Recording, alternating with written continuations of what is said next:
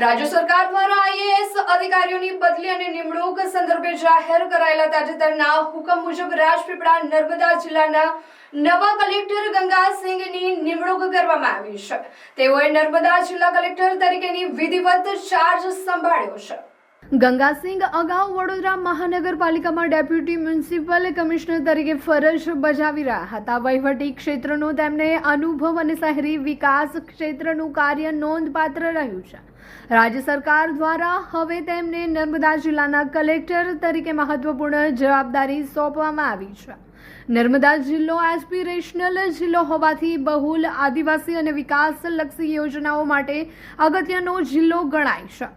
ખાસ કરીને એકતા નગર અને સ્ટેચ્યુ ઓફ યુનિટી વિસ્તારને કેન્દ્રમાં રાખીને પર્યટન, ઇન્ફ્રાસ્ટ્રક્ચર, ગ્રામ્ય વિકાસ અને જન કલ્યાણ યોજનાઓમાં છેલ્લા કેટલાક વર્ષોમાં નોંધપાત્ર પ્રગતિ જોવા મળી છે।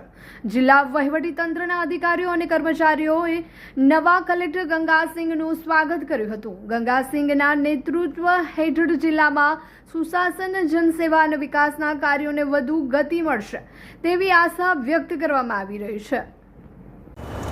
નમસ્કાર, મારું નામ ગંગાસિંહ છે।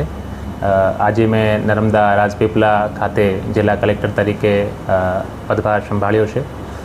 જિલ્લાના તમામ પ્રકારના મુદ્દાઓની સમીક્ષા કરીને આ જિલ્લાના લોકોની જે પણ જરૂરિયાત છે આ તમામ પ્રકારના મુદ્દાઓની સમીક્ષા કરીને આગળ વધીશું અને વિકાસ માટે સહિયારા પ્રયત્ન કરીશું।